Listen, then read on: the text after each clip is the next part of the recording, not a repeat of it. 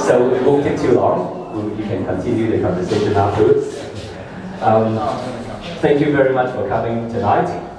This exhibition is a group exhibition of Aboriginal art. But first of all, I'd like to acknowledge the Gadigal people of the Eora Nation and pay respect to the elders both past and present. This exhibition started off when Maggie, who's the owner of this space, she said to me, and she's very kind to let me organize exhibitions in this space, and she's very supportive of the arts, so she sort of started this in November, so we are basically partners in this. In fact, the first exhibition we had was Transcendence, and Jackie Menzies, who was the former curator of Asian art, actually opened the exhibition here, so it's very good that she's back for this exhibition. And I think how this exhibition came about was when Maggie said to me that she would like to have a group exhibition of Aboriginal art in this space.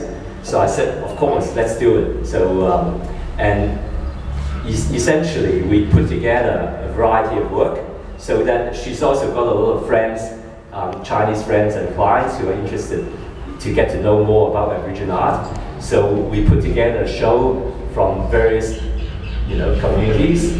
So we sort of basically vaguely divided into different sections. Over that side, we have the Lockhart River, which is north of North Queensland. I apologize for those of you who know a lot about Aboriginal art, so you don't mind me sort of repeating some of these things. And then we have Balgo on the other side, or Yurti artists from WA. So this artist from that art center. And then this Tiwi Island, those three paintings there, plus all the wood carving and so on. And then we have a couple of works from Utopia with Emily and Catherine Katari. And this one work from Papanya Chula, is a work from Managrida. And then of course, we have our local New South Wales Aboriginal artists, which is going to be the next big thing. So we have Black Douglas and Jason Wing here, and also Tina McCarthy. Amanda Groom, whose work is over there, the photo, and also Nico Mouse and Dale Collier. They also, the New South Wales Aboriginal artists, they actually rang me at 5:30 and apologized. They're still out bush, so they're quite far away from Sydney, so they cannot make it. But I think I'm very excited about, and Chico Monks, of course. and Quanchi Monks, yeah, sorry, I'm getting dementia. Yeah, I think I'm getting very excited about the New South Wales Aboriginal artists. I think that's going to be really, really big in the years to come.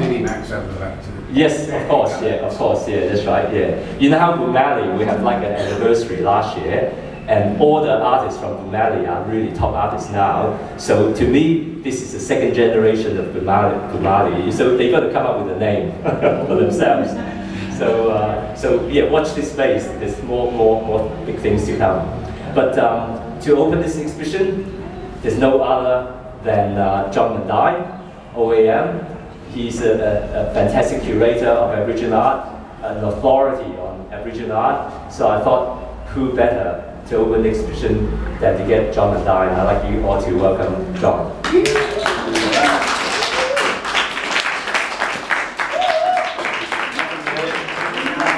Thank you. Well, under customs, I am for public speaking. Thank you all for coming, and thank you for coming to see the show. And I've sort of worked with Simon, or in conversation with Simon for quite a while, which is why I keep looking at my back.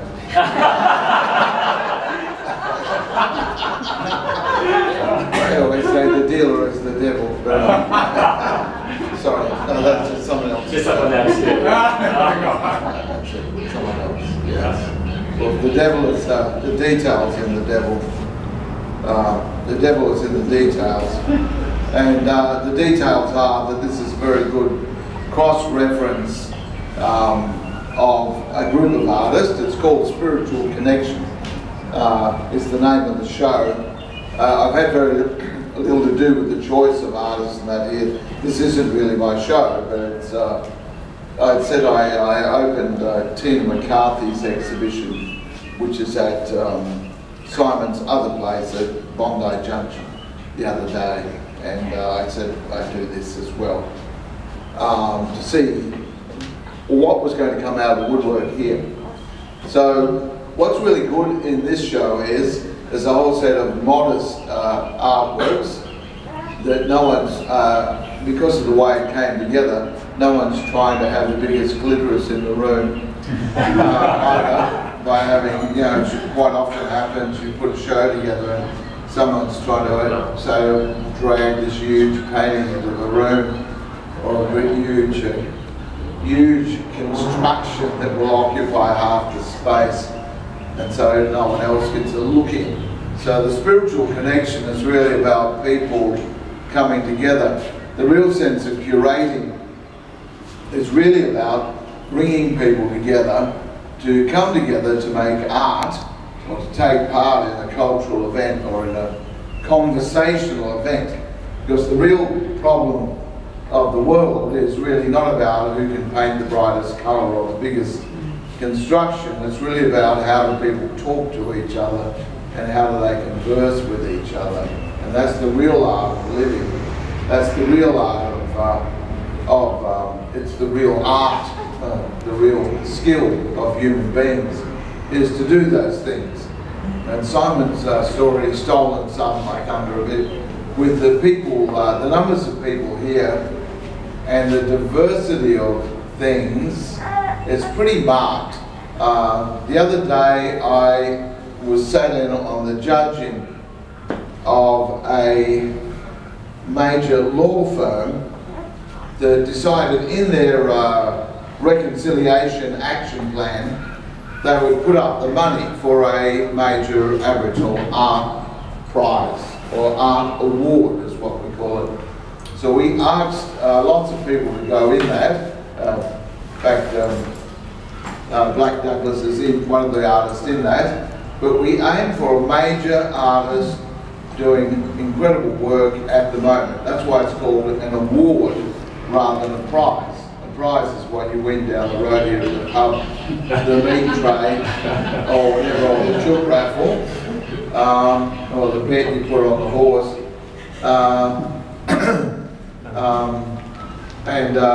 Whereas an award is something else. The most prestigious things in Australia are actually called the Raka Award, which was from money donated by the Australian historian. There's two major Australian historians. And anyway, he donated money to Melbourne University, and they put out this Raka Award every year for Indigenous people. It's in 4 parts. There's a literary award, there's a painting award, and a music award, and so on. So it goes in 4. So when they came to ask me, stupidly asked me, would I be a patron for this thing? And I said, well, look, I've got no money. I don't know how you can be a patron. You know, it's asking me to, I haven't got any money. In fact, you'll have to pay me to be the patron. Which they then went away and went to and said yes, they could do it.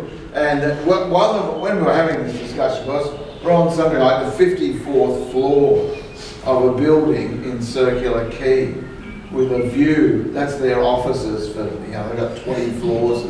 So they were really had to pass the hat around to get that. But the reality is that they did have this very concrete thing, a very positive, concrete thing. With their action plan, there are action plans where people employ somebody. You say, we'll employ so many Indigenous people, we'll employ so many Aboriginal people, or we'll put a scholarship out for so many people to go on to university. And they put this into a much more, in a sense, direct action thing to encourage Aboriginal art, and that is to give it's a modest prize, but it's very prestigious because of the numbers of people and the numbers, the calibre of the people that are invited to take part. They have offices in every part of Australia. I think this prize or award will be put up in Parliament House in Sydney, and then it'll be judged there shortly. It will next year go to Melbourne. They have an office in Brisbane. It will go to Brisbane, and it will go to China. We hope they have offices in China. So it does have a connection to here. So there's that in the way. And they wanted to make it diverse, etc. as well. It just so happened they practically came out with a complete gender balance of males and females artists. They thought about, they wanted to have people from all over Australia, but they also have a specific award for New South Wales artists. There are two specific awards like that. There's the winning entry overall. There's 3 awards, sorry. There's that award, the New South Wales Artist Award, and there is a People's Choice Award. So it gives a spread, but still it's a good prize. It's $25,000 for the first prize. And I was thinking in terms of the Wallara Art Prize or something like that, or the Small Sculpture Award. They're not massive figures of money compared to other awards. But the prestige of getting this will be fantastic. The other major thing when I think about the diversity here of everyone that's here is that there are people that live across the board from little camps out in the desert with no electricity or no running water, people practically living a very traditional lifestyle as they would have done for tens of thousands of years, to people living just around the block here from here. And there are people about how Aboriginal people are diverse and live in many things, many places. They live many lives and have many stories, but they have a common story still. And last year I did an exhibition called the 4 Women Exhibition. There's a song by Nina Simone that you may know called 4 Women. The song came about because in the early 1960s there were 4 teenage girls who were murdered by the Ku Klux Klan. The Ku Klux Klan bombed a church in Alabama and firebombed it, and they killed these 4 young teenage girls. And Nina Simone became so angry, she raced out and bought all these guns and wanted to murder the first white person she saw. And her husband at the time restrained her and got her to cool down. And she used to make really beautiful love songs and sad songs, sad love songs. But from then on, she wrote all these much more political songs. And she wrote a piece a little bit after that called 4 Women, which is about 4 stereotypes of black women. And I won't tend to sing the song, but in the exhibition though, please, just listen. At the exhibition, one of the artists in the exhibition was one of the 4. So I did, it's called 4 Women Double, because in the early 60s, late 50s, the French film noir, black and white film, grainy black and white films, had a number of films called Women Double or Woman Times 7, that kind of thing. So I called this show 4 Women Double, and it had 4 Aboriginal women and 4 non-Aboriginal women. One of the Aboriginal women that I chose was a woman called Romaine Morton, who's a beat poet, but she lives with her partner called, who's one of the singers from Tidders, called Lou Bennett. And at the opening, they performed the song, and Lou Bennett sang it, and Romaine did a backbeat, you know, At the beginning words are, my skin is black, my arms are long, and Romain's going, yeah, I'm black, and doing this backbeat to that. And it's in the vein of what I discovered of a rap singer called JC, who's got another version of it. He does that as well. And he's got a thing called The Story of OJ, which is a bit controversial, I guess, in one way. But for African American women and African American men, that's another story. I mean, they have so many African American men were murdered and lynched from even looking at a white woman. So they and were just had judgments that were just impossible. They couldn't have did the murders, couldn't have done the crimes, and they were still strung up by a mob. There's a big memorial, in fact, in America now, in the United States, to all the lynchings that happened in America up to the present. It's a huge monument that is bigger than most probably our Australian War Memorial, but that was put up through private money and public money. But it's a huge thing to honour those men, mainly, who were lynched. They weren't only lynched, they were mutilated and killed and tortured in a way that was, you would, for the 20th century, you'd think you were living in 1600 or the time of the Romans or something. So his song is that. He talks this thing to the tune. If you know the song, you know the song. Oh man, you guys are the eastern suburbs. Down there's a record shop just up the road where they deal in second-hand songs and some black albums and so on. And I was just listening to Al Green singing in that just before I came down here. But it's a place you should go and have a look at, and you may find it there. It's called Title Music.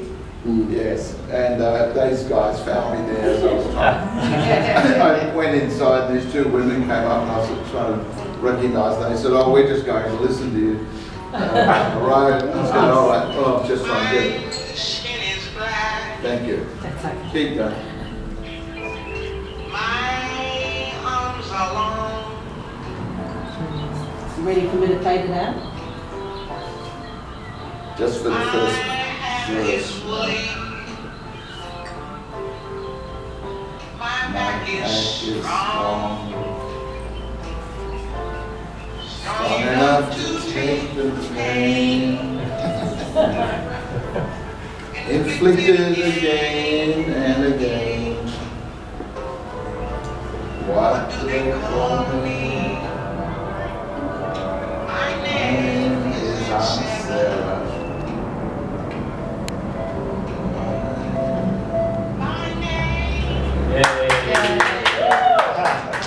So JC's song goes something like this though, and he talks about again the diversity of people and how people see themselves, and all these these images and artworks, all people